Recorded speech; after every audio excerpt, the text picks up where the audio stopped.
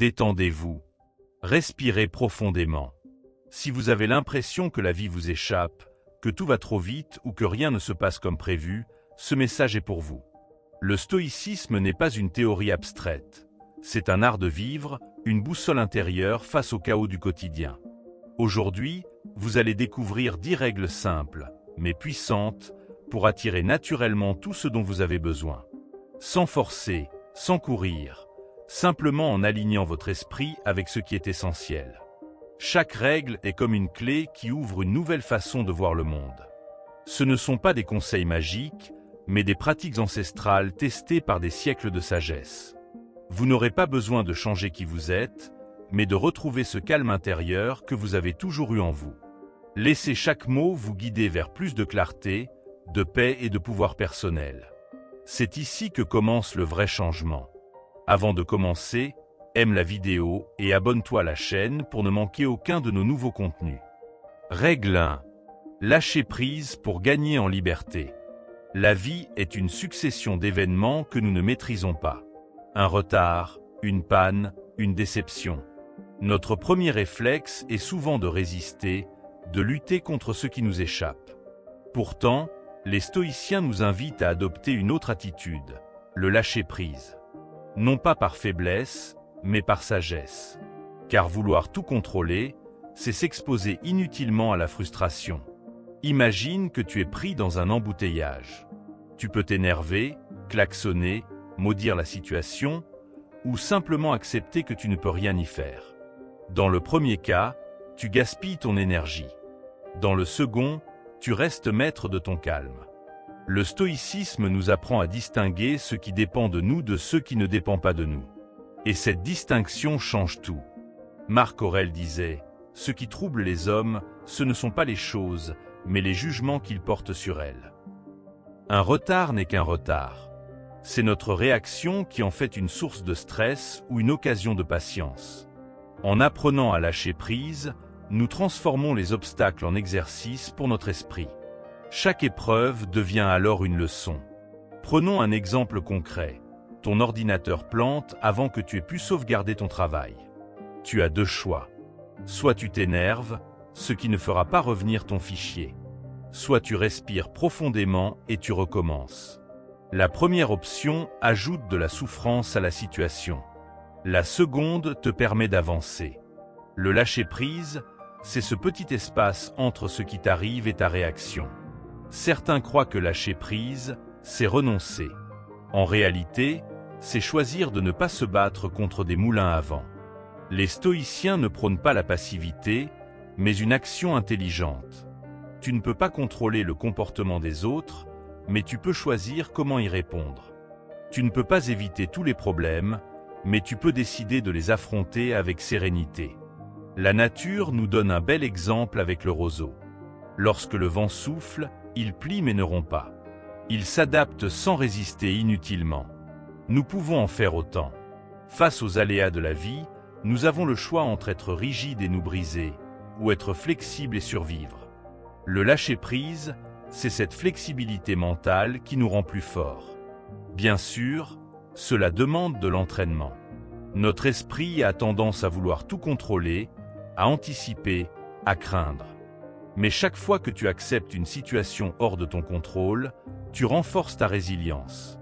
Petit à petit, tu découvres que la plupart des choses qui te stressent ne valent pas la peine qu'on s'y attarde.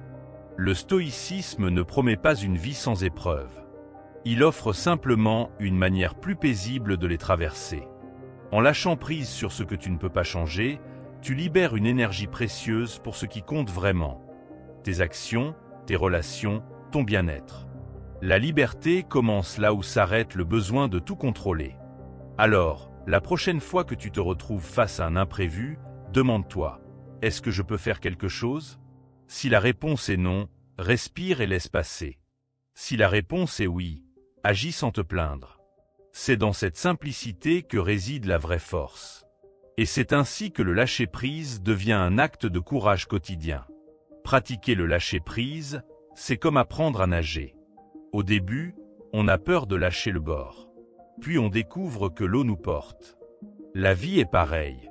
Lorsque tu cesses de t'accrocher à l'incontrôlable, tu te rends compte que tu peux flotter. Et cette découverte change tout. Le bonheur n'est pas dans le contrôle, mais dans l'acceptation. Règle 2. Accepter l'impermanence. La vie est comme un fleuve qui ne cesse de couler. Tout change, tout se transforme, rien ne reste identique. Les stoïciens avaient compris cette vérité fondamentale. S'accrocher à ce qui est par nature changeant est source de douleur. Apprendre à danser avec le mouvement perpétuel de l'existence, voilà le secret. Pense à une fleur que tu aimes particulièrement. Tu peux admirer sa beauté aujourd'hui, mais demain elle sera fanée. Cela ne la rend pas moins belle, au contraire. Sa fragilité même en fait toute la valeur. Les relations humaines, les émotions, les situations suivent cette même loi. Les stoïciens nous enseignent à apprécier chaque chose sans exiger qu'elle dure. Imagine que tu tiens dans ta main une poignée de sable. Plus tu serres fort, plus le sable s'échappe entre tes doigts. L'impermanence fonctionne de la même manière. Plus nous nous accrochons à ce qui doit passer, plus nous souffrons. La sagesse consiste à garder la main ouverte, à laisser venir et partir sans résistance. Nos déceptions viennent souvent d'attentes irréalistes. Nous voudrions que le bonheur dure toujours, que les gens ne changent pas, que les situations favorables se prolongent. Mais la nature nous montre chaque jour que tout est cycle. Les saisons se succèdent, le jour devient nuit, la marée monte et descend. Pourquoi en serait-il autrement pour nos vies? Un exercice stoïcien puissant consiste à se dire régulièrement « Ceci aussi passera ». Devant une joie intense comme devant une peine profonde, cette simple phrase nous rappelle la nature transitoire de toute expérience. Elle nous empêche de nous perdre dans l'euphorie comme dans le désespoir, gardant toujours une certaine distance intérieure. Les relations humaines illustrent parfaitement ce principe. Les gens entrent et sortent de notre vie, évoluent, changent d'avis. Essayer de figer une relation dans le temps, c'est comme vouloir arrêter la croissance d'un arbre. L'amour véritable consiste à accepter que l'autre puisse changer, tout comme nous changeons nous-mêmes. Les objets matériels nous offrent une autre leçon. Combien de fois avons-nous cru qu'une nouvelle possession nous rendrait heureux pour toujours? Pourtant, l'excitation du nouvel achat s'estompe rapidement. Les stoïciens recommandaient de se détacher des biens matériels non par ascétisme, mais parce qu'ils comprenaient leur nature éphémère. Même nos émotions sont impermanentes. Une colère qui semble insurmontable dans l'instant perd de son intensité avec le temps. Une joie intense finit par s'apaiser. En prenant conscience de cette fluctuation constante, nous apprenons à ne pas nous identifier totalement à ce que nous ressentons sur le moment. L'impermanence n'est pas une mauvaise nouvelle. Au contraire, c'est ce qui rend la vie précieuse. Si chaque moment était identique au précédent, où serait la saveur de l'existence? Le stoïcisme ne nous demande pas de renoncer au plaisir des choses, mais de les apprécier davantage précisément parce qu'elles sont passagères. La prochaine fois que tu te surprends à vouloir que quelque chose dure éternellement, rappelle-toi, c'est son caractère temporaire qui en fait tout le prix. Comme le disait Marc Aurèle, tout est éphémère, et celui qui se souvient de regarder l'abîme du temps perçoit cette vérité avec une clarté particulière.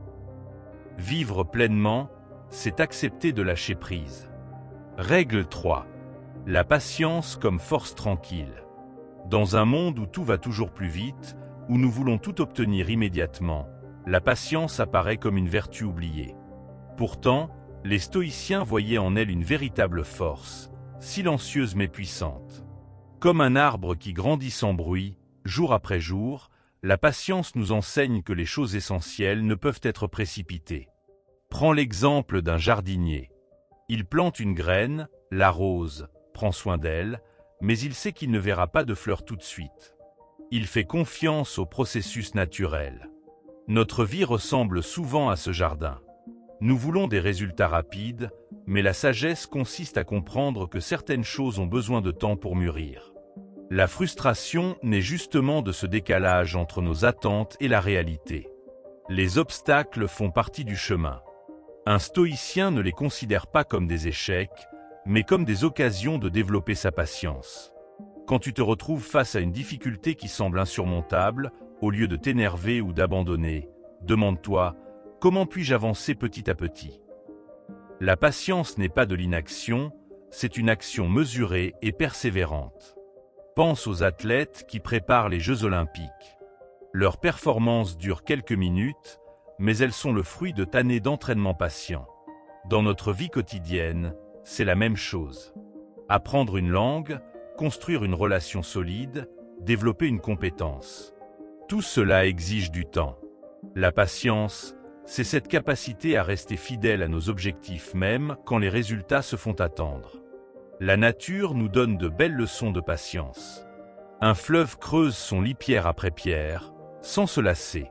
Les saisons se succèdent à leur rythme, sans jamais se presser. Nous ferions bien de nous inspirer de cette sagesse. Quand nous imposons notre propre tempo aux événements, nous créons souvent plus de problèmes que de solutions. La patience est aussi une forme de respect envers les autres. Combien de conflits naissent simplement parce que nous n'accordons pas aux gens le temps dont ils ont besoin? Chacun avance à son rythme, avec ses difficultés. Pratiquer la patience envers autrui, c'est reconnaître cette vérité humaine fondamentale. Les stoïciens distinguaient deux types de temps, le chrono, le temps qui passe, et le kéro, le moment opportun. La patience consiste justement à attendre le kéro sans s'agiter inutilement. Ce n'est pas de la passivité, mais une intelligence du timing. Savoir quand agir et quand laisser les choses suivre leur cours. Dans nos vies hyperconnectées, nous avons perdu le goût de l'attente. Tout doit être instantané. Mais en faisant cela, nous passons à côté de quelque chose d'essentiel. Le plaisir de l'anticipation, la joie de voir les choses évoluer progressivement. La patience nous réapprend à savourer le processus autant que le résultat. La prochaine fois que tu te surprends à vouloir brûler les étapes, rappelle-toi cette image. Un bambou japonais peut mettre 5 ans à sortir de terre. Pendant tout ce temps, rien ne semble se passer, mais sous la surface, un réseau racinaire complexe se développe. Puis, en quelques semaines, il peut pousser de plusieurs mètres. Certaines de nos réalisations suivent ce même rythme. La patience stoïcienne n'est donc pas une résignation, mais une confiance active dans le processus de la vie.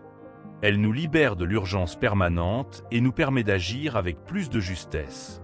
Comme le disait Sénèque, le temps découvre la vérité, sois patient avec toi-même et avec les événements. C'est dans cette attitude que réside une force véritablement tranquille. Règle 4. Progrès personnel unique. Nous vivons dans un monde obsédé par la comparaison. Les réseaux sociaux nous montrent en permanence les réussites des autres, rarement leurs luttes. Mais les stoïciens nous rappellent une vérité essentielle. Le seul véritable progrès est celui que nous faisons par rapport à nous-mêmes, pas par rapport aux autres. Chaque chemin est unique, comme chaque personne. Imagine 2 arbres dans une forêt. L'un pousse droit et haut très vite, l'autre prend son temps, développant des racines profondes. Lequel des deux est meilleur? Cette question n'a pas de sens. Chacun suit sa propre nature. Il en va de même pour nous. Se comparer, c'est comme vouloir que l'érable devienne un chêne, une absurdité qui ne mène qu'à la frustration. Nos vies ne sont pas des courses où il y aurait des gagnants et des perdants. Ce qui compte vraiment, c'est d'être un peu meilleur aujourd'hui qu'hier, même si ce progrès est minuscule. Un pas après l'autre, jour après jour. Les stoïciens appelaient cela l'amélioration continue. Pas besoin de bondissements spectaculaires, juste d'une persévérance tranquille. Prenons un exemple concret. Tu apprends une nouvelle langue. Ton ami semble progresser plus vite que toi. Au lieu de te décourager, demande-toi, où en étais-je il y a un mois? Ces petits progrès invisibles aux yeux des autres sont les plus précieux. Ils témoignent de ton engagement personnel, indépendamment de ce que font les autres. La gratitude envers soi-même est une pratique stoïcienne puissante. Le soir, avant de dormir, passe en revue non pas ce que tu n'as pas accompli, mais ce que tu as réussi, aussi modeste que cela puisse paraître. Ce changement de perspective renforce la confiance et la motivation bien plus que toutes les comparaisons extérieures. Les obstacles que tu rencontres font partie de ton parcours unique. Là où certains semblent avancer sans effort, toi tu dois travailler dur? Cela ne te rend pas inférieur, au contraire. Ces difficultés forgent un caractère plus résilient. Comme le disait Épictète, ce qui trouble les hommes, ce ne sont pas les choses, mais les jugements qu'ils portent sur elles. La société nous pousse à vouloir tout de suite. Mais le stoïcisme nous invite à respecter notre propre rythme. Certaines graines germent en quelques jours, d'autres mettent des semaines.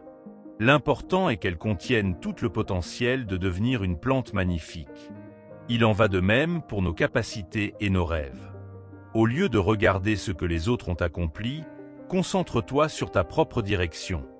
Pose-toi cette question. Qu'est-ce que la version idéale de moi-même ferait dans cette situation ? Puis avance vers cette version de toi, pas vers une copie de quelqu'un d'autre. C'est ainsi que l'on construit une vie authentique et satisfaisante. Le progrès personnel ressemble souvent à une spirale plutôt qu'à une ligne droite. Certains jours, tu as l'impression de régresser. Mais ces moments font partie du processus.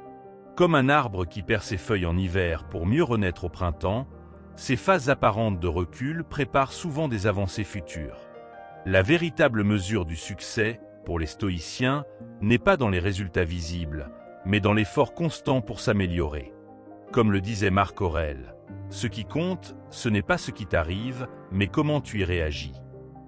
Ton parcours est unique, tout comme ta manière de grandir. Et c'est précisément cette singularité qui en fait toute la valeur.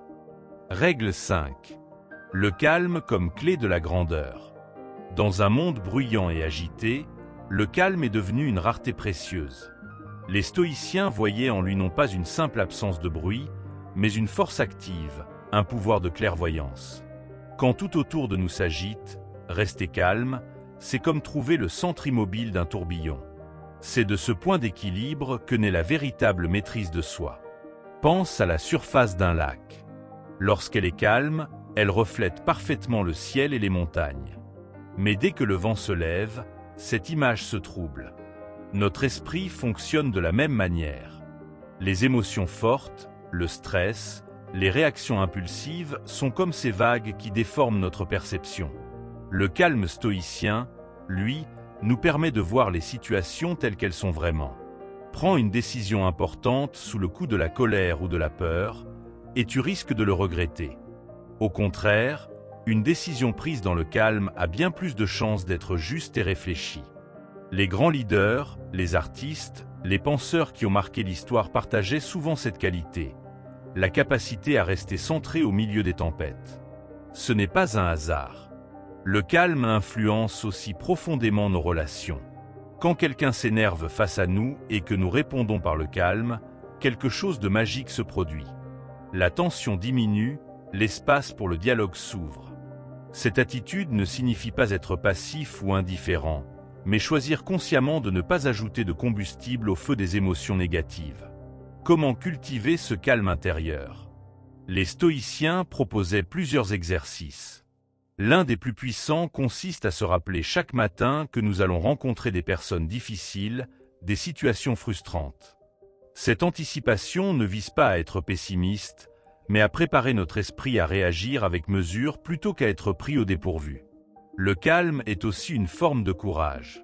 Il est facile de crier avec la foule, de suivre les réactions impulsives. Rester calme face à l'adversité demande bien plus de force. Imagine un médecin en situation d'urgence. Son calme ne vient pas de l'indifférence, mais d'une profonde concentration au service de sa mission. Nous pouvons tous développer cette même qualité dans nos vies. Certains croient que le calme signifie l'absence d'émotion. C'est une erreur. Le calme stoïcien est comme les profondeurs de l'océan. À la surface, les vagues peuvent être violentes, mais en dessous règne une stabilité immuable. Nous pouvons ressentir pleinement nos émotions sans qu'elles ne nous contrôlent. Cette nuance fait toute la différence.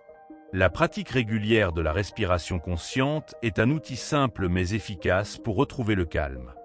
Quand tu sens la tension monter, arrête-toi un instant. Inspire profondément en comptant jusqu'à 4, retiens ton souffle un instant, puis expire lentement. Ce petit exercice agit comme une ancre, te ramenant à ton centre. Le calme se cultive aussi dans les petits moments du quotidien. Boire une tasse de thé en pleine conscience, marcher sans précipitation, écouter vraiment quand quelqu'un parle. Autant d'occasions d'entraîner cette précieuse qualité. Comme un muscle, plus on l'exerce, plus il se développe. Enfin, rappelons-nous que le calme est contagieux. Tout comme l'agitation se propage, la sérénité influence positivement notre entourage. En développant notre paix intérieure, nous contribuons à créer autour de nous un environnement plus harmonieux. C'est peut-être là la plus grande forme de grandeur. Transformer le monde en commençant par se transformer soi-même. Le calme n'est pas une faiblesse, mais une force tranquille qui nous permet d'agir plutôt que de réagir, de choisir plutôt que de subir. Dans le tumulte de la vie moderne, il représente un véritable super-pouvoir. Comme le disait Sénèque, il n'y a pas de vent favorable pour celui qui ne sait pas où il va. Le calme, c'est cette boussole intérieure qui nous guide vers notre meilleure version. Règle 6. Éviter la précipitation, cultiver la sagesse. La précipitation est l'ennemi de la sagesse. Combien de décisions regrettables avons-nous prises sous le coup de l'urgence ou de l'impulsivité? Les stoïciens nous enseignent qu'une action réfléchie vaut toujours mieux qu'une réaction précipitée. Dans notre monde moderne où tout va si vite, réapprendre à ralentir devient un acte de résistance philosophique. Imagine un archer qui tirerait sa flèche sans viser, simplement pour faire vite. Ses chances d'atteindre la cible seraient minces. Notre vie ressemble souvent à cette scène. Nous voulons agir vite, obtenir des résultats immédiats, sans prendre le temps de bien ajuster notre tir. La sagesse stoïcienne, au contraire, nous invite à considérer chaque action comme un geste précis et mesuré. Prendre son temps ne signifie pas procrastiner ou éviter les décisions. C'est au contraire un choix actif, celui de la qualité sur la quantité, de la profondeur sur la superficialité. Quand tu te sens pressé de répondre à un message, de réagir à une provocation ou de prendre une décision importante, demande-toi, qu'est-ce que je gagne à agir maintenant plutôt que dans une heure ou demain? Les émotions fortes sont souvent à l'origine de nos précipitations. La colère nous pousse à envoyer un mail blessant, la peur nous fait accepter un mauvais compromis, l'excitation nous conduit à des achats impulsifs. Les stoïciens recommandaient de créer un espace entre l'émotion et l'action. Cet espace, aussi petit soit-il, est le lieu où naît la liberté de choisir vraiment. Pratique cet exercice simple. Devant une décision importante, compte lentement jusqu'à 10 avant d'agir. Ce court instant permet à la raison de reprendre le dessus sur l'impulsivité. Comme le disait Épictète, ce n'est pas ce qui arrive qui trouble les hommes, mais l'opinion qu'ils en ont. En prenant du recul, nous changeons notre perspective sur les événements. La précipitation nous fait souvent confondre l'urgent et l'important. Combien de fois avons-nous négligé ce qui compte vraiment pour nous parce que nous étions occupés à éteindre des feux? Une pratique stoïcienne utile consiste à commencer chaque journée en identifiant clairement nos priorités. Ainsi, même pris dans le tourbillon des obligations, nous savons où diriger notre énergie. Nos ancêtres stoïciens avaient une métaphore puissante, la vie comme un banquet. Si tu te précipites sur tous les plats sans discernement, tu risques l'indigestion. Si au contraire tu goûtes chaque mets avec attention, tu profites pleinement de l'expérience. Appliqué à notre vie moderne, cela signifie choisir consciemment comment nous dépensons notre temps et notre attention. La technologie moderne exacerbe notre tendance à la précipitation. Notifications, messages instantanés, flux d'informations continus. Tout est conçu pour susciter des réactions immédiates. Résister à cette pression constante demande une discipline mentale. Fixe-toi des moments sans écran, des plages horaires où tu refuses d'être interrompu. Ces petits actes de rébellion, tranquilles, reforment ton esprit. Le paradoxe de la lenteur est qu'elle nous fait souvent gagner du temps. Combien d'heures perdues à corriger des erreurs commises dans la précipitation? Combien de relations abîmées par des mots lancés trop vite? En prenant le temps de bien faire les choses la première fois, nous évitons bien des regrets et des corrections ultérieures. Cultiver la patience face à nos propres progrès fait aussi partie de cette sagesse. Nous voulons changer du jour au lendemain, mais la croissance personnelle suit le rythme lent de la nature. Un arbre ne pousse pas plus vite parce qu'on tire dessus. De même, nos qualités se développent à leur propre rythme. L'accepter, c'est déjà faire preuve de sagesse stoïcienne. En fin de compte, éviter la précipitation revient à respecter le temps. Le nôtre, celui des autres, celui que les choses prennent naturellement. Comme l'écrivait Marc Aurèle, ne vis pas comme si tu devais vivre 1000 ans. Le destin est suspendu au-dessus de ta tête. Tant que tu vis, tant que c'est possible, sois vertueux. La vertu, ici, c'est cette capacité à agir non pas vite, mais juste. La précipitation crée une illusion de productivité, mais c'est souvent du mouvement sans direction. Les stoïciens comparaient cela à un navire qui voguerait à toute vitesse sans cap. Il consommerait beaucoup d'énergie pour finalement se perdre. En ralentissant, nous gagnons en clarté mentale. Chaque matin, prends 2 minutes pour fermer les yeux et visualiser ta journée. Ce simple rituel stoïcien agit comme un ancrage, te rappelant que l'efficacité vient de l'intention, non de la vitesse. La véritable maîtrise consiste à avancer avec la détermination d'un fleuve, constant, adaptatif, mais jamais précipité. Nos sociétés modernes glorifient la réactivité immédiate, comme si répondre en 5 minutes faisait de nous des personnes plus compétentes. Les stoïciens nous invitent à questionner ce conditionnement. Quand tu reçois un message qui demande réflexion, autorise-toi à marquer une pause. Tu découvriras que la plupart des « urgences » n'en sont pas. Cette pratique te redonne le pouvoir de choisir tes priorités plutôt que de les subir.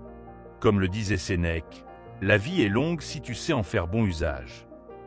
Le temps gagné en ne courant pas après tout est du temps pour cultiver ce qui compte vraiment.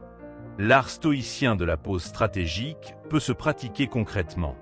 Avant de prendre une décision importante, demande-toi « Que conseillerais-je à mon meilleur ami dans cette situation ?» Cette distance psychologique diminue l'impact des émotions immédiates. Une autre technique consiste à imaginer comment tu verras cette décision dans 5 ans. Ces exercices créent un espace de réflexion qui neutralise la précipitation. Ils transforment l'action en choix conscient plutôt qu'en réaction automatique. La nature nous enseigne la puissance des rythmes lents. Un chêne met des décennies à atteindre sa pleine grandeur, mais sa solidité dépasse celle des arbres à croissance rapide. De même, nos qualités les plus durables, patience, persévérance, sagesse, demandent du temps pour s'enraciner. Les stoïciens voyaient dans cette lenteur nécessaire non pas une limite, mais une loi universelle. En acceptant que certaines choses ne peuvent être forcées, nous alignons nos efforts sur la sagesse naturelle plutôt que contre elle. La précipitation affecte particulièrement nos relations. Combien de malentendus naissent parce que nous interrompons l'autre avant qu'il n'ait fini de parler? La pratique stoïcienne de l'écoute active propose une alternative. Écouter complètement, puis attendre 3 secondes avant de répondre. Ces secondes de silence permettent à la compréhension véritable d'émerger. Elles transforment les conversations en véritables échanges plutôt qu'en monologues croisés. La profondeur relationnelle naît de ces espaces délibérés laissés à la réflexion. Dans le domaine professionnel, la précipitation mène souvent au « faire » compulsif au détriment du « bien faire ». Les stoïciens distinguaient l'activité véritable, action réfléchie, de la simple agitation. Une technique pratique. Avant de commencer une tâche, demande-toi « Cette action sert-elle vraiment mon objectif principal ?» Ce filtre stoïcien permet d'éliminer 30% des actions précipitées qui encombrent nos journées. La productivité réelle vient de cette discipline du discernement bien plus que de la vitesse d'exécution. Les enfants sont nos meilleurs maîtres pour désapprendre la précipitation. Observe un enfant absorbé dans un jeu. Il est totalement présent, sans aucune hâte d'en finir. Cette qualité d'attention sans tension est ce que les stoïciens appelaient l'attention détendue. Nous pouvons cultiver cet état en introduisant des rituels de lenteur dans notre routine. Boire son café en pleine conscience, marcher sans destination, regarder par la fenêtre sans but précis. Ces moments rééduquent notre esprit à la valeur du temps pleinement vécu. La précipitation numérique est particulièrement insidieuse. Le design des applications exploite nos biais psychologiques pour créer des habitudes de réaction immédiate. Contre ce conditionnement, les stoïciens modernes peuvent pratiquer la diète digitale. Désactiver les notifications, programmer des plages sans écran, attendre systématiquement 30 minutes avant de répondre aux messages non urgents. Ces pratiques restaurent notre souveraineté attentionnelle. Elles nous rappellent que nous contrôlons la technologie et non l'inverse. Sur le plan physiologique, la précipitation chronique maintient notre système nerveux en état d'alerte permanent. Les stoïciens antiques pratiquaient déjà ce que nous appelons aujourd'hui la cohérence cardiaque. Une respiration rythmée, 5 secondes d'inspiration, 5 secondes d'expiration, pour rééquilibrer le système nerveux.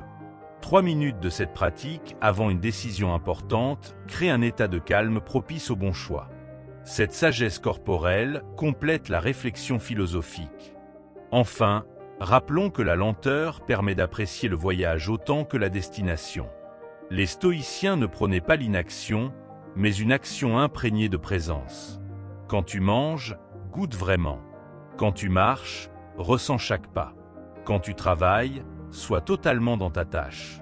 Cette qualité d'attention transforme les obligations en expériences riches. Comme le résumait Marc Aurèle, ne fais rien sans but et selon la seule règle qui perfectionne les arts de vivre. La véritable efficacité naît de cette présence totale à ce que l'on fait. Règle 7. Le présent est tout ce qui existe. Le passé n'est plus, le futur n'est pas encore. Seul le moment présent existe réellement. Cette vérité simple mais profonde est au cœur de la philosophie stoïcienne. Pourtant, combien de temps passons-nous à ressasser ce qui s'est déjà produit ou à anticiper ce qui pourrait arriver? Les stoïciens nous invitent à rompre avec cette habitude mentale épuisante pour ancrer notre attention dans l'ici et maintenant. Prends une minute pour observer ta respiration. Rien d'autre, juste l'air qui entre et sort de tes poumons. Dans cet exercice apparemment simple, tu expérimentes directement la puissance du présent. Toutes les inquiétudes s'évanouissent momentanément parce que ton esprit est pleinement occupé par ce qui se passe dans l'instant. C'est cela, la pratique stoïcienne de la pleine conscience. Être totalement présent à ce que l'on fait, sans dispersion mentale. Marc Aurèle écrivait dans ses pensées « Concentre-toi sur ce que tu es en train de faire ». Cette phrase semble banale, mais elle contient une sagesse profonde. Quand tu manges, sois présent à ton repas. Quand tu marches, sois conscient de chaque pas. Quand tu parles à quelqu'un, écoute-le vraiment. Cette qualité d'attention transforme les activités les plus ordinaires en expériences riches et satisfaisantes. Le stress et l'anxiété naissent précisément quand nous quittons le présent. L'anxiété, c'est le futur perçu comme une menace. Le regret, c'est le passé qui pèse sur nos épaules. En ramenant constamment notre attention au moment présent, nous coupons court à ces mécanismes mentaux qui nous épuisent. Cela ne signifie pas ignorer les leçons du passé ou les préparations pour l'avenir, mais les aborder depuis la stabilité du maintenant. Pratique cet exercice stoïcien simple. Plusieurs fois par jour, arrête-toi et demande « Où est mon esprit en ce moment ?» Est-il coincé dans un événement passé? Perdu dans des projections futures? Ce simple constat te permet de revenir au présent. Avec le temps, tu développeras la capacité de remarquer plus rapidement quand ton esprit s'égare et de le ramener à l'instant présent. La gratitude est un puissant outil pour cultiver la présence. Chaque soir, prends quelques instants pour noter 3 choses simples dont tu es reconnaissant dans ta journée. Un rayon de soleil, une conversation agréable, un moment de calme. Cette pratique ancre ton esprit dans les petits bonheurs concrets du présent, plutôt que dans les abstractions du passé ou du futur. Les obstacles deviennent plus faciles à surmonter quand nous les abordons un moment à la fois. Imagine escalader une montagne. Si tu ne penses qu'au sommet lointain, l'effort paraît insurmontable. Mais si tu te concentres sur le pas suivant, puis le suivant, l'ascente devient possible. Les stoïciens appliquaient ce principe à toutes les difficultés de la vie. Affronte ce qui est devant toi maintenant, sans te laisser submerger par l'ampleur du chemin restant. Notre société moderne nous pousse constamment hors du présent. Les notifications nous tirent vers le futur. Que se passera-t-il si je réponds pas? Les réseaux sociaux nous ramènent vers le passé. Souviens-toi de ce jour il y a 5 ans. Résister à ces forces demande une discipline consciente. Commence par désigner des zones sans distraction dans ta journée. des moments où tu refuses délibérément toute interruption pour être pleinement présent à ce que tu fais. Le présent est le seul moment où nous pouvons vraiment vivre, aimer, agir. Le passé n'est qu'une mémoire, le futur une projection. Comme le disait Épictète, ne cherche pas à ce que les événements arrivent comme tu le veux, mais veuille les événements comme ils arrivent, et tu seras heureux. Cette acceptation profonde de ce qui constitue le cœur de la sagesse stoïcienne est la clé d'une vie pleinement vécue. Le présent est comme une pièce secrète qui existe toujours, mais que nous oublions constamment de visiter. Les stoïciens la comparaient à une île paisible au milieu du torrent tumultueux du temps. Quand nous y accédons, tout devient plus simple. Les tâches semblent moins lourdes, les plaisirs plus intenses, les défis plus gérables. Pratique cet exercice. 5 fois par jour, arrête-toi et nomme mentalement 3 choses que tu perçois par tes sens en cet instant. Ce simple ancrage sensoriel ouvre la porte à la présence véritable. Nos pensées créent l'illusion que le passé et le futur sont aussi réels que le présent. Pourtant, quand nous y regardons de plus près, nous réalisons que nous ne vivons jamais que des moments présents, même lorsque nous pensons au passé ou à l'avenir. Les stoïciens proposaient de visualiser nos souvenirs et nos anticipations comme des nuages passant dans le ciel de notre conscience. Nous pouvons les observer sans nous y perdre. Cette métaphore aide à maintenir notre centre de gravité dans l'instant actuel. Les activités manuelles offrent un excellent terrain d'entraînement à la présence. Pétrir du pain, jardiner, bricoler. Ces actions simples nous ramènent naturellement au présent par leur dimension tactile et concrète. Les stoïciens recommandaient de s'adonner régulièrement à ce genre d'activité pour rééduquer l'esprit à la présence. Chaque geste conscient, chaque attention portée aux détails matériels devient une méditation en mouvement, une antidote à la dispersion mentale. La présence stoïcienne n'est pas un état passif, mais une vigilance active. Il s'agit d'être pleinement engagé dans ce que l'on fait, tout en maintenant une légère distance d'observation. Imagine un acteur totalement immergé dans son rôle, tout en restant conscient qu'il joue. Cette double conscience, être dans l'expérience tout en observant que nous y sommes, est la clé de la maîtrise stoïcienne du moment présent. Elle nous permet d'agir avec intensité sans nous perdre dans l'action. Les routines matinales étaient sacrées pour les stoïciens précisément parce qu'elles ancraient dans le présent dès le début de la journée. Au lieu de sauter immédiatement dans les soucis de la journée à venir, il recommandait de commencer par des exercices de recentrage. Quelques minutes de silence, la lecture d'un texte inspirant, une contemplation du ciel. Ces pratiques créent un espace mental qui influence toute la journée, nous rendant moins réactifs aux distractions et plus présents à chaque moment. La présence transforme radicalement notre relation aux autres. Quand nous écoutons vraiment, sans préparer mentalement notre réponse, sans juger, sans être distrait, nos relations deviennent plus profondes et authentiques. Les stoïciens pratiquaient l'art de la conversation présente, où chaque échange était traité comme une occasion unique de connexion. Ils s'entraînaient à mettre de côté leurs préoccupations personnelles pour être totalement disponibles à leur interlocuteur, créant ainsi des dialogues d'une rare qualité.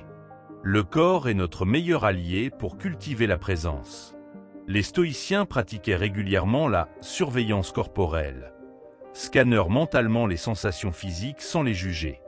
Cette pratique, proche des méditations de pleine conscience modernes, permet de briser le flux des pensées obsessionnelles pour revenir à l'expérience immédiate.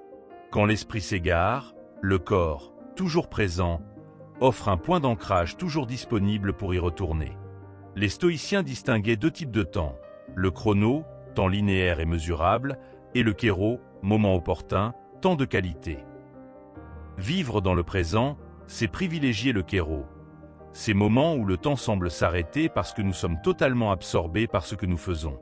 En cherchant délibérément à créer plus de kéro dans nos vies, par des activités engageantes, des conversations profondes, des moments de création, nous enrichissons considérablement notre expérience du temps. La présence stoïcienne n'exclut pas la planification, mais elle transforme notre façon de l'aborder.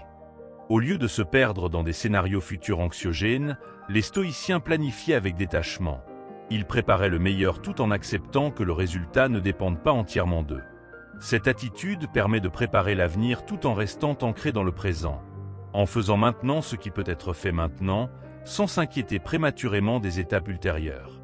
Le plus beau cadeau que nous puissions offrir, à nous-mêmes et aux autres, est notre présence totale. Dans un monde de distraction permanente, être pleinement présent devient un acte révolutionnaire. Comme le disait Épictète, ne demande pas que ce qui arrive arrive comme tu veux, mais veuille que ce qui arrive arrive comme il arrive, et tu seras heureux. Cette acceptation profonde du moment présent, avec tout ce qu'il contient, est l'essence même de la liberté stoïcienne et la clé d'une vie véritablement vécue. Règle 8. L'univers a son propre rythme. Regarde le soleil se lever chaque matin. Il ne se presse pas, ne stresse pas pour apparaître à l'heure exacte. Il suit simplement son cours naturel, imperturbable. Nous pourrions apprendre beaucoup de cette constance tranquille. Les stoïciens observaient que la souffrance humaine naît souvent de notre impatience à vouloir forcer le cours des événements. Comme si nous pouvions faire pousser une plante plus vite en tirant dessus. La nature est notre meilleur professeur de patience. Un gland met des décennies à devenir un chêne majestueux. Le fleuve creuse son lit pierre après pierre, siècle après siècle. Pourtant, nous voulons que nos projets aboutissent en quelques semaines, que nos transformations personnelles soient instantanées. Cette dissonance entre nos attentes et le rythme naturel du monde crée une tension inutile. La sagesse consiste à aligner notre tempo intérieur sur celui, plus large, de l'univers. Prenons l'exemple des saisons. L'hiver semble stérile, mais il prépare secrètement le printemps. Le fermier stoïcien sait qu'on ne sème pas en janvier ni ne moissonne en avril. Il travaille avec les cycles, pas contre eux. Dans nos vies, nous oublions souvent cette évidence. Nous voulons récolter avant d'avoir semé, voir des résultats avant d'avoir investi le temps nécessaire. Cette précipitation nous épuise et fausse notre rapport au temps. Nos échecs nous parlent souvent de timing. Combien de bonnes idées ont échoué simplement parce qu'elles étaient prématurées? Combien de relations se sont brisées parce qu'on a voulu aller trop vite? Les stoïciens recommandaient de développer ce qu'ils appelaient le kéro, le sens du moment opportun. Savoir quand agir est aussi important que savoir comment agir. Cette intuition se cultive par l'observation et l'expérience. La modernité nous a habitués à la gratification instantanée. Un clic et nous obtenons ce que nous voulons. Mais les choses vraiment précieuses, l'amitié, la maîtrise, la sagesse, résistent à cette immédiateté. Elles demandent ce que les anciens appelaient le tempus, la durée nécessaire, le temps de maturation.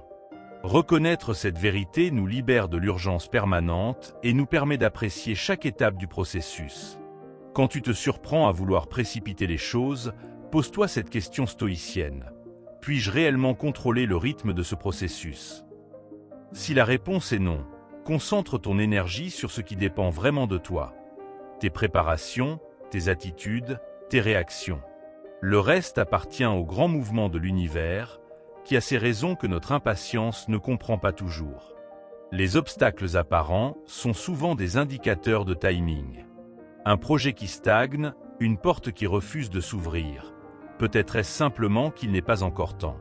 Les stoïciens voyaient dans ces résistances non pas des échecs, mais des signaux. Parfois, persévérer est la solution. D'autres fois, savoir patienter l'est tout autant. La sagesse consiste à discerner entre les deux. Imagine un sculpteur travaillant le marbre. S'il frappe trop fort, il brise la pierre. S'il est trop timide, son ciseau ne marque pas. Son art réside dans le coup juste, donné au bon moment, avec la bonne intensité. Notre vie demande cette même finesse d'exécution. Agir quand il faut, attendre quand il faut, toujours en harmonie avec le matériau brut de notre existence. En fin de compte, faire confiance au rythme de l'univers, c'est reconnaître que nous sommes des participants à un grand mouvement, pas ses maîtres absolus. Comme l'écrivait Marc Aurèle, tout ce qui t'arrive était préparé pour toi depuis toujours. Cette perspective transforme l'attente en anticipation, la patience en puissance, et le temps en allié plutôt qu'en adversaire. Les saisons de la vie ressemblent au cycle naturel. Elles ont chacune leur raison d'être. Une graine plantée en hiver ne germera pas plus vite sous prétexte que nous l'exigeons. Les stoïciens comprenaient que certaines phases demandent simplement du temps pour mûrir. Lorsque nous acceptons cette réalité fondamentale, nous cessons de gaspiller notre énergie à lutter contre des rythmes immuables.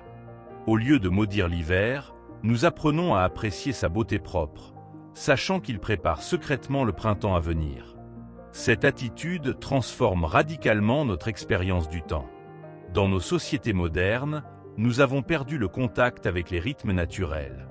Nous travaillons sous lumière artificielle sans tenir compte de l'alternance jour-nuit, nous mangeons des fruits hors saison, nous voulons des résultats immédiats. Les stoïciens nous rappellent que cette rupture avec les cycles naturels génère stress et insatisfaction. Retrouver une harmonie avec le tempo de l'univers commence par des gestes simples. Respecter son sommeil, manger selon les saisons, accorder à chaque activité le temps qu'elle mérite. Ces petites révolutions du quotidien restaurent notre paix intérieure. L'impatience est souvent le signe d'une méconnaissance des processus naturels. Un vigneron sait que le vin doit vieillir. Un professeur comprend qu'un élève apprend par étapes. Pourtant, appliquons-nous cette sagesse à nos propres vies? Les stoïciens recommandaient d'étudier les cycles de la nature pour mieux comprendre ceux de notre existence. En observant comment tout se développe progressivement, un arbre, une montagne, une relation, nous apprenons à respecter le rythme propre de chaque chose. Cette connaissance dissipe l'illusion que nous pouvons tout accélérer à volonté. Les moments d'attente ne sont pas des vides à combler, mais des espaces de maturation essentiels. Comme le pain qui doit lever ou le métal qui doit refroidir, nos projets ont besoin de ces périodes de latence. Les stoïciens voyaient dans ces intervalles des opportunités précieuses. Temps pour affiner nos réflexions, pour consolider nos bases, pour développer notre patience. Au lieu de les subir, nous pouvons apprendre à les valoriser. Ce qui semble être de l'inactivité contient souvent le travail invisible qui rend possible les bons en avant futurs. Notre corps lui-même nous enseigne le respect des rythmes. Une blessure guérit selon son propre calendrier, indépendamment de nos désirs. Le sommeil suit des cycles que nous ne pouvons tricher sans conséquence. Les stoïciens considéraient le corps comme un maître de patience. Ils nous rappellent constamment que certains processus échappent à notre volonté immédiate. Écouter ces messages corporels, c'est commencer à vivre en harmonie avec les lois naturelles plutôt que contre elles. Cette attention bienveillante à notre physiologie est une forme de sagesse pratique. Les relations humaines profondes obéissent à cette même loi du rythme. On ne force pas une confiance qui doit se construire goutte à goutte. On ne précipite pas une intimité qui demande du temps pour s'épanouir. Les stoïciens comparaient les vraies amitiés à des arbres fruitiers. Elles ne peuvent être pressées, mais une fois établies, elles portent des fruits durables. Dans un monde de connexions instantanées, cette perspective nous rappelle que la qualité relationnelle se mesure à l'aune du temps investi, non à la vitesse de formation. L'histoire nous montre que les grands changements sociaux suivent des courbes longues. Les révolutions précipitées échouent souvent, tandis que les évolutions patientes transforment durablement. Marc Aurèle, aux commandes d'un empire, savait que le véritable leadership consiste à œuvrer dans la durée sans espérer de résultats immédiats. Cette leçon vaut pour nos engagements personnels. Les causes qui nous tiennent à cœur demandent souvent une persévérance qui transcende les générations. Agir aujourd'hui en sachant que d'autres récolteront demain, telle est la marque d'une vision stoïcienne du temps. Les créateurs comprennent intuitivement cette nécessité des rythmes. Un écrivain sait qu'un roman doit mûrir, un compositeur que la mélodie vient quand elle veut. Les stoïciens recommandaient de cultiver cette patience créative. Travailler avec régularité tout en acceptant que l'inspiration suive son propre calendrier. Cette attitude paradoxale, effort constant mais sans précipitation, caractérise toutes les démarches créatives authentiques. Elle nous apprend à conjuguer discipline et lâcher prise, deux qualités essentielles pour qui veut produire quelque chose de durable. Les échecs apparents sont souvent des questions de timing mal ajusté. Ce qui échoue aujourd'hui pourrait réussir demain dans des conditions légèrement différentes. Les stoïciens analysaient leurs revers avec cette perspective temporelle élargie. Plutôt que de se décourager, ils cherchaient à comprendre si l'échec venait de l'action elle-même ou simplement de son moment d'exécution. Cette nuance fait toute la différence entre abandonner trop vite et persévérer intelligemment. Elle transforme chaque revers en information précieuse sur l'art subtil du bon timing. En dernière analyse, accepter le rythme de l'univers, c'est faire la paix avec notre condition humaine. Nous ne sommes pas des dieux pouvant tout contrôler, mais des participants à un mouvement plus vaste qui nous dépasse. Comme le disait Sénèque, le temps découvre la vérité. Cette confiance dans le processus de la vie, même quand nous n'en discernons pas immédiatement la logique, est au cœur de la sérénité stoïcienne. Elle nous permet d'agir avec détermination tout en demeurant en paix avec ce qui échappe à notre contrôle, sachant que tout arrive à son heure dans le grand ordre des choses. Règle 9. Les tempêtes aussi passent. La vie ressemble parfois à une mer déchaînée, où les vagues de l'adversité semblent ne jamais vouloir s'apaiser. Pourtant, chaque tempête, aussi violente soit-elle, finit par céder sa place au calme. Les épreuves que nous traversons ne sont que des passages, des moments qui forgent notre caractère et notre résilience. En gardant cette pensée à l'esprit, il devient plus facile d'affronter les défis avec courage. L'espoir, tel un phare dans la nuit, nous guide vers des jours meilleurs. Car rien ne dure éternellement, pas même les plus grandes souffrances. Lorsque les nuages s'accumulent au-dessus de nos têtes, il est tentant de croire que le soleil ne brillera plus jamais. Mais l'histoire nous montre que les périodes sombres sont toujours suivies de renouveau. Les arbres perdent leurs feuilles en hiver pour mieux renaître au printemps, tout comme nous traversons des phases difficiles avant de retrouver la lumière. La patience et la persévérance sont nos meilleurs alliés dans ces moments. Elles nous rappellent que chaque épreuve a une fin et que nous en sortirons grandis. La résilience n'est pas une qualité innée, mais une force que nous cultivons à travers les expériences. Chaque obstacle surmonté renforce notre capacité à faire face aux prochaines difficultés. C'est en acceptant que les tempêtes font partie du voyage que nous apprenons à naviguer malgré elles. Les personnes qui ont traversé les plus grandes épreuves sont souvent celles qui inspirent le plus par leur sagesse. Leur secret ? Savoir que même les nuits les plus longues finissent par laisser place à l'aube. Il est normal de ressentir de la peur ou du découragement face à l'incertitude. Mais ces émotions ne doivent pas nous paralyser. Au contraire, elles peuvent devenir un moteur pour avancer, à condition de les accueillir sans se laisser submerger. Les difficultés, aussi intimidantes soient-elles, ne définissent pas notre destin. Ce qui compte, c'est la manière dont nous choisissons d'y répondre. En gardant une vision à long terme, nous réalisons que les épreuves actuelles ne sont qu'un chapitre de notre histoire. Certaines tempêtes surviennent sans prévenir, bouleversant nos plans et nos certitudes. D'autres s'annoncent lentement, comme un orage qui gronde au loin. Quelle que soit leur nature, elles nous rappellent que nous ne contrôlons pas tout. Mais nous pouvons toujours choisir notre attitude face à elles. Au lieu de lutter contre le vent, nous pouvons apprendre à ajuster nos voiles. Cette flexibilité mentale est la clé pour traverser les turbulences sans perdre notre cap. L'espoir ne consiste pas à nier la réalité, mais à croire en notre capacité à la surmonter. Même dans les moments les plus sombres, de petites lueurs peuvent nous montrer le chemin. Un soutien inattendu, une prise de conscience soudaine, ou simplement le temps qui passe. Autant de rappels que rien n'est figé. En cultivant la gratitude pour ces signes, nous renforçons notre confiance en l'avenir. Car chaque pas en avant, aussi modeste soit-il, nous éloigne de l'obscurité. Les sociétés, tout comme les individus, traversent des périodes de crise. Guerre, pandémie, bouleversements économiques. L'humanité a toujours su renaître de ses cendres. Cette capacité de résilience collective doit nous inspirer dans nos propres combats. Si d'autres ont surmonté l'inimaginable, pourquoi n'en serions-nous pas capables? L'histoire est remplie d'exemples qui prouvent que les tempêtes finissent par passer, laissant place à de nouveaux commencements. Parfois, c'est dans les épreuves que nous découvrons nos ressources insoupçonnées. Des talents cachés, une force intérieure, ou des liens qui se renforcent dans l'adversité. Les difficultés agissent comme un révélateur de notre véritable nature. Elles nous montrent ce qui compte vraiment, en écartant les futilités. En cela, elles peuvent même devenir des catalyseurs de croissance. Plutôt que de maudire la tempête, nous pouvons apprendre à danser sous la pluie. La sérénité ne vient pas de l'absence de problèmes, mais de la certitude qu'ils ne sont pas éternels. En adoptant cette perspective, nous réduisons l'emprise de l'anxiété sur nos vies. Nous comprenons que les émotions négatives, aussi intenses soient-elles, finiront par s'estomper.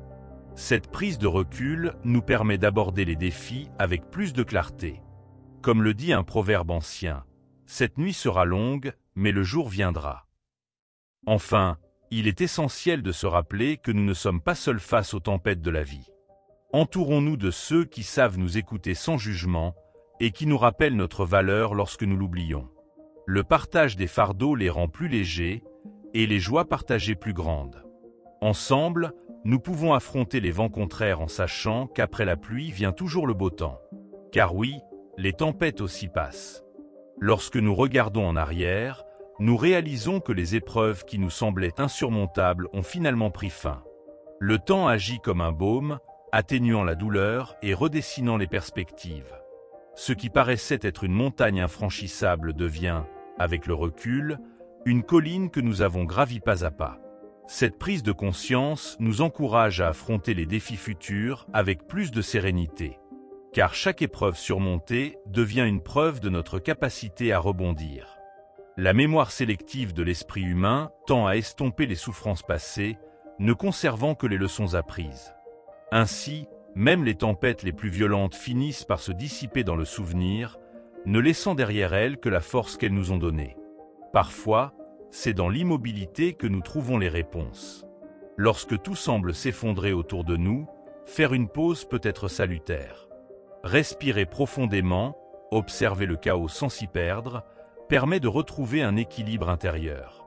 Les solutions émergent souvent lorsque nous cessons de lutter frénétiquement contre les vagues. Comme un marin qui attend que la mer se calme, nous devons parfois accepter de ne pas contrôler le moment de la calmie. La patience devient alors une vertu essentielle, un rappel que certaines choses ne peuvent être forcées. En apprenant à lâcher prise, nous découvrons que les tempêtes s'apaisent d'elles-mêmes en leur temps. Les épreuves ont également ce pouvoir de révéler la beauté cachée des relations humaines. Dans les moments difficiles, certaines personnes se montrent d'une loyauté inattendue, tandis que d'autres s'éloignent. Ces révélations, bien que parfois douloureuses, nous aident à discerner les liens véritables. Les mots d'encouragement, les gestes de soutien, deviennent des bouées auxquelles nous nous accrochons. La solidarité qui naît dans l'adversité est souvent plus forte que celle des jours paisibles. Ces connexions profondes nous rappellent que nous ne sommes jamais vraiment seuls, même au cœur de la tourmente. Et lorsque la tempête passe, ces liens, forgés dans l'épreuve, restent comme des trésors impérissables. Il est important de ne pas minimiser nos émotions pendant les périodes difficiles. La tristesse, la colère ou la peur sont des réactions naturelles face à l'adversité. Les refouler ne ferait qu'amplifier leur poids. Au contraire, les reconnaître et les accepter permet de les traverser plus sainement. Parler de ce que nous ressentons, écrire ou simplement pleurer sont des moyens de libérer la pression accumulée. Ces émotions, aussi intenses soient-elles, finiront par s'atténuer avec le temps. En leur donnant de l'espace, nous accélérons inconsciemment leur dissolution. Car les tempêtes émotionnelles, comme les tempêtes réelles, ont besoin de s'exprimer pour se calmer. Certaines personnes trouvent un réconfort dans la spiritualité ou la philosophie face aux épreuves. L'idée que ces difficultés ont un sens plus profond ou qu'elles font partie d'un apprentissage universel peut apporter une forme de paix. Même sans croyance particulière, l'idée que rien n'arrive par hasard aide parfois à donner une direction à la souffrance. Les grands textes sacrés, les récits mythologiques et même les contes populaires regorgent d'histoires de résilience. Ces récits nous rappellent que les épreuves sont un passage obligé vers la croissance. En y puisant de l'inspiration, nous transformons nos tempêtes en récits porteurs d'espoir. L'art, sous toutes ses formes, est aussi un refuge précieux dans les moments sombres. La musique, la peinture, la littérature ou même le cinéma peuvent exprimer ce que les mots peinent à dire. Créer ou se plonger dans une œuvre permet de transcender la douleur, de lui donner un sens nouveau. De nombreux artistes ont transformé leurs blessures en chefs-d'œuvre, montrant ainsi que la souffrance peut être sublimée. Lorsque nous nous reconnaissons dans une chanson ou un tableau, nous sentons que d'autres ont traversé des chemins similaires. Cette connexion invisible apaise notre solitude et nous rappelle que les tempêtes, une fois passées, laissent parfois derrière elles une beauté inattendue. Les enfants, par leur innocence et leur résilience naturelle, peuvent aussi nous enseigner beaucoup sur la manière d'affronter les épreuves. Un enfant tombe, pleure, puis se relève et continue de jouer comme si de rien n'était. Cette capacité à vivre pleinement chaque instant, sans s'attarder indéfiniment sur la douleur, est une leçon précieuse. Bien sûr, les défis des adultes sont plus complexes, mais l'esprit de résilience reste le même. En observant leur façon d'aborder les obstacles, nous réapprenons à ne pas dramatiser chaque revers. Les tempêtes leur semblent moins effrayantes car ils savent instinctivement qu'elles ne dureront pas. Peut-être devrions-nous, nous aussi, cultiver cette confiance simple en l'avenir. La nature elle-même est une maîtresse en matière de cycle et de renouveau. Les forêts ravagées par les incendies voient renaître une végétation plus forte. Les rivières en crue fertilisent les terres qu'elles ont submergées. Même les déserts les plus arides connaissent des floraisons fugaces après une rare pluie. Ces phénomènes nous rappellent que la destruction et la régénération font partie d'un même mouvement. Nos vies suivent des rythmes similaires. Après chaque chute vient une reconstruction, après chaque tempête, un ciel dégagé. En nous connectant à cette sagesse naturelle, nous apprenons à faire confiance au processus de la vie. Parfois, ce sont les petites routines qui nous aident à tenir pendant les périodes difficiles. Un café le matin, une promenade quotidienne ou quelques pages d'un livre avant de dormir. Ces rituels anodins deviennent des ancrages dans la tourmente. Ils nous rappellent que la vie continue, malgré tout, et que nous avons encore un certain contrôle sur notre quotidien. En maintenant ces petits gestes, nous préservons un sentiment de normalité qui empêche le désespoir de tout envahir. Les tempêtes peuvent bien gronder dehors, mais à l'intérieur, nous conservons des îlots de calme. C'est souvent dans ces moments simples que nous puisons la force d'avancer. Enfin, il est crucial de célébrer chaque victoire, aussi modeste soit-elle. Sortir du lit un matin particulièrement difficile, terminer une tâche malgré la fatigue, ou simplement avoir tenu bon une journée de plus. Ces efforts méritent d'être reconnus. Ils sont les preuves tangibles de notre résilience en action. En prenant le temps de les honorer, nous renforçons notre confiance en nous et notre capacité à surmonter les prochaines épreuves. Car les tempêtes ne se jugent pas seulement à leur intensité, mais aussi à la manière dont nous avons réussi à naviguer à travers elles. Et chaque pas en avant, aussi petit soit-il, nous rapproche du soleil. Règle 10. Agir avec intention dans l'harmonie du tout. Chaque geste que nous posons, aussi infime qu'il puisse paraître, envoie des ondulations à travers le tissu interconnecté de l'existence. Comme une goutte d'eau tombant dans un lac calme, nos actions créent des cercles qui s'étendent bien au-delà de notre champ de vision immédiat. Lorsque nous prenons conscience de cette réalité, nous commençons à agir avec une intention plus profonde, alignée sur le bien commun.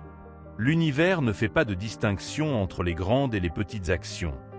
Chaque contribution fait partie d'un équilibre plus vaste. En cultivant cette perspective, nos choix quotidiens deviennent des actes sacrés, chargés de sens et de responsabilité. Vivre en harmonie avec les cycles naturels implique d'abord une observation attentive des rythmes qui nous entourent. Les saisons changent sans précipitation, chaque phase ayant sa raison d'être et sa beauté propre.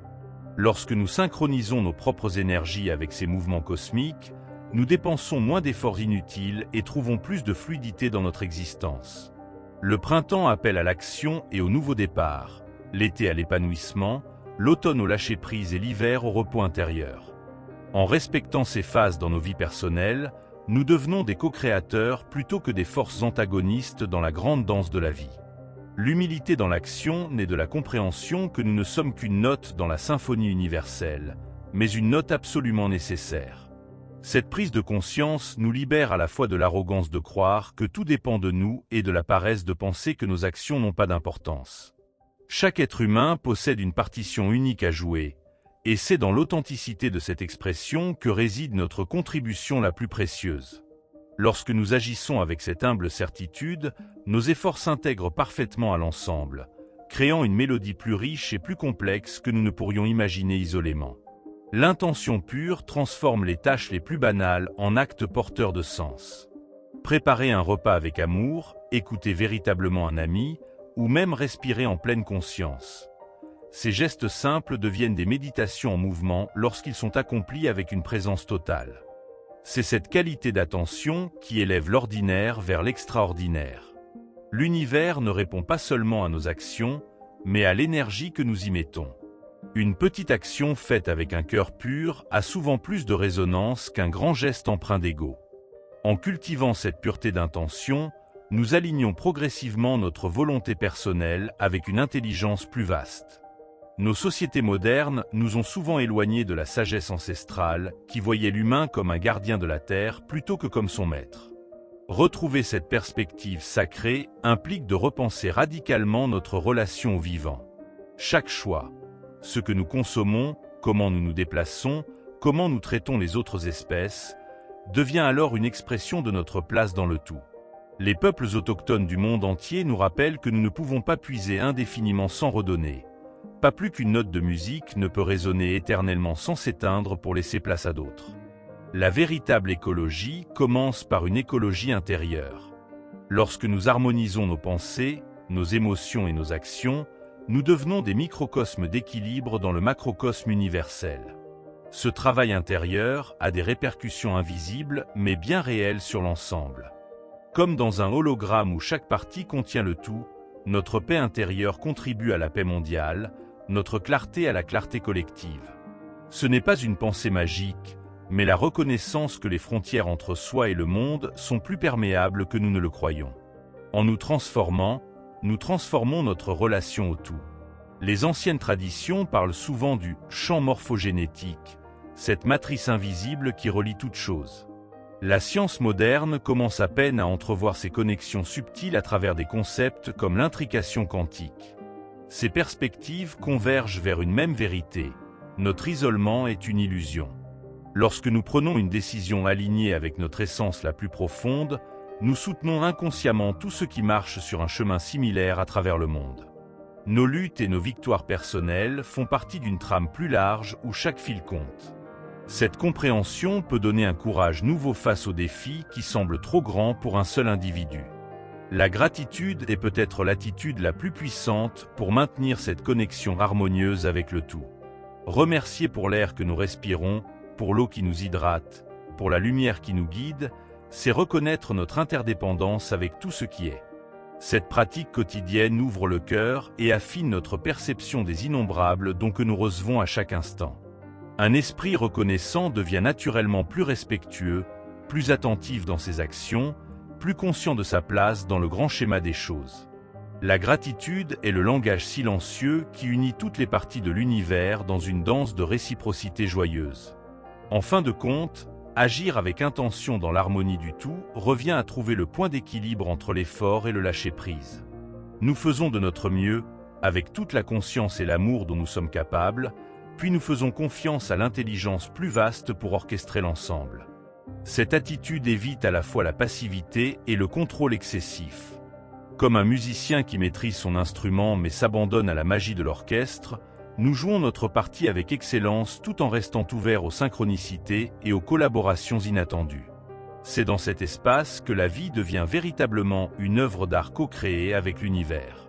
Lorsque nous intégrons profondément que chaque action compte, notre existence entière se transforme en une prière en mouvement. Le travail, les relations, les moments de solitude, tout devient l'occasion d'exprimer notre essence la plus élevée et de servir le tout.